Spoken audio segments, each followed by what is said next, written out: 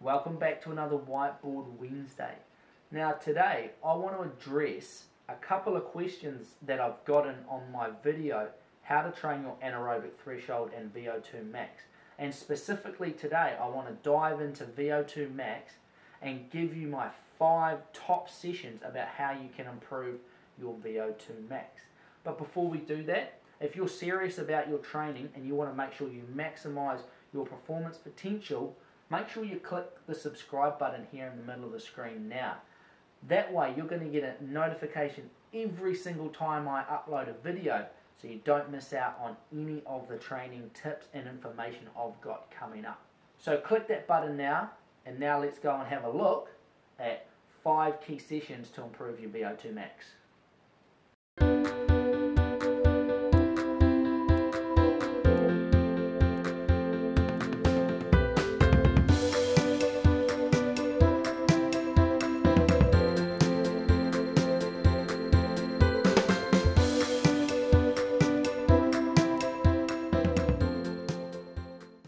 So how do you improve your VO2 max? This follows on from a video that I did about improving your VO2 max at anaerobic threshold.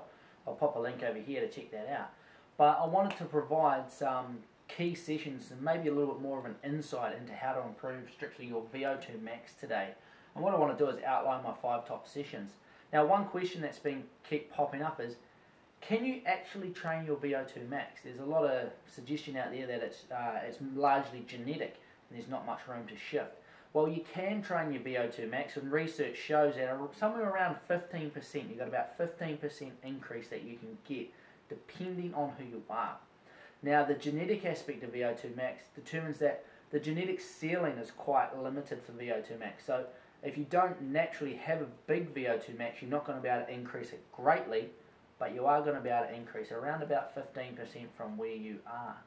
The other thing with trained athletes is they've got less room to move, obviously, because they're getting close to that ceiling, but they can have a big increase in their velocity at VO2 max. So if you're running, that could just be the speed that you run at VO2 max level, or if you're cycling, for example, the speed that you produce or the power that you produce at VO2 max can increase as well. So yes, you can train VO2 max. Yes, it is determined largely by genetics, but there is room to move in there. And I like to think of VO2 max as that sharpening of the engine rather than, the be-all and end-all. VO2 max training does have its place, so let's take a look. So, the first session that I've got up here is a little bit sort of probably out of left field for a lot of people. They'll probably come in here looking for some intervals, and this is what I'll give you later. But the first session is just steady state exercise, especially if you're untrained. If you're an untrained individual, you can improve your VO2 max greatly just by exercising at a steady sort of 65% VO2 max effort. So that's that steady traditional endurance training. That has been shown to improve VO2 max in untrained people. So if you were just starting out, this is where I'd suggest you start. You're getting big gains from not having to put in a lot of effort, as these other sessions require. These other 4 sessions are all based around the sort of interval model of improving VO2 max that suggest to train VO2 max you want to train at or around VO2 max as long as possible. So the way you can best do that is using intervals. Because VO2 max is above your anaerobic threshold, the time that you can spend at VO2 max is quite limited.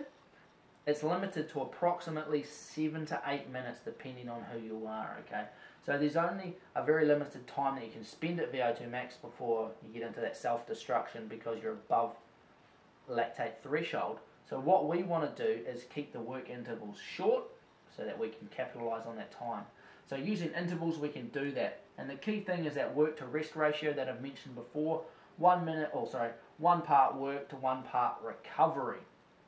So you're recovering as long as you're working. What that does is it allows the body to clear out the lactate or any lactic acid that is produced during the work interval so that you can hit that intensity next time. The work intervals want to be anywhere up to about 4 minutes max, okay? After 4 minutes, the intensity starts to drop, lactate starts to accumulate, and you just get into the snowballing effect of not quality work. And then the number one key thing I'd suggest is progression over time. This progression is often overlooked. People just want to, what session can I do to improve your VO2 max? But progression is key, and I'll talk more about that as we go. So the first session here, this comes from the research, 30 seconds maximal, 30 seconds recovery. Repeat that 10 times and do 3 sets of them. Now that 30 second is a maximal effort. In the research they actually did 100% of velocity at VO2 max, so they were running. So running as hard as you can for 30 seconds of easy jogging. 30 seconds maximal, 30 seconds of jogging. And if you do this protocol, you actually spend 83% of your time of the session at VO2 max. So the work intervals are so intense, bangs up that oxygen consumption, and then the recoveries are short, that one-to-one we're talking about as well, and we're able to maintain that high effective zone for quite a long period of time through there. Now, session number 3. It progresses from this session here. So once you've done 30 seconds on, 30 seconds off, give this a go. 1 minute maximal, 1 minute of recovery. Again, if you do that 5 times, you're clocking up the same workload as in here, but it's just extended. And also repeat that 2 to 3 times depending on how you're going. Both of these are very hard sessions, so see how you get on. Now I've mentioned running in both of these, or at least the first one I think. Now when you're doing running intervals, because the velocity that you're travelling is quite high on the flat, it's maximal effort, if you have a history of injury or you're a slightly heavier built athlete, you might want to start trying doing intervals uphill. What that does is it slows the velocity down and it decreases the impact on your joints and the muscles. So uphill efforts reduce the risk of injury in runners. So an uphill interval session could look something like 10 to 15, 80 to 100 meter efforts. Now you could have that 80 to 100 meter sort of distance measured out, or you could come back to 30 seconds or even a minute of uphill running, and then with a downhill jog. So that's just to keep in mind. If you are a runner and you jump into these intervals, there is a risk of getting injured just because that velocity is higher than most people are used to running.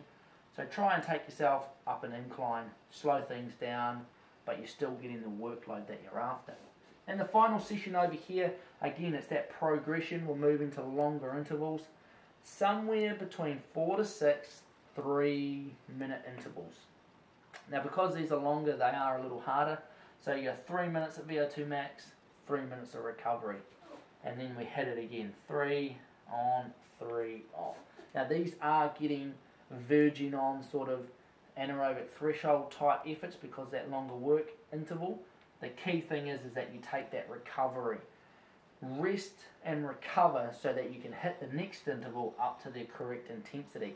If you mosey around during the recovery not recovering fully, then what you're going to do is you're going to go into the next interval slightly fatigued. You're not going to hit the effective training zone, and you're not going to get the benefits you're after. So there you have it. 5 key sessions that will help you develop your VO2 max. Remember, progression is key. Start short and build up. If you found this video useful, hit the thumbs up button below, give it a like. If you're after some more training videos to maximize your performance, check out this video up the top about how you can stop foam rolling from hurting. Might not be quite what you expected, so check that one out, and check out this video down the bottom about how you can maximize your sleep.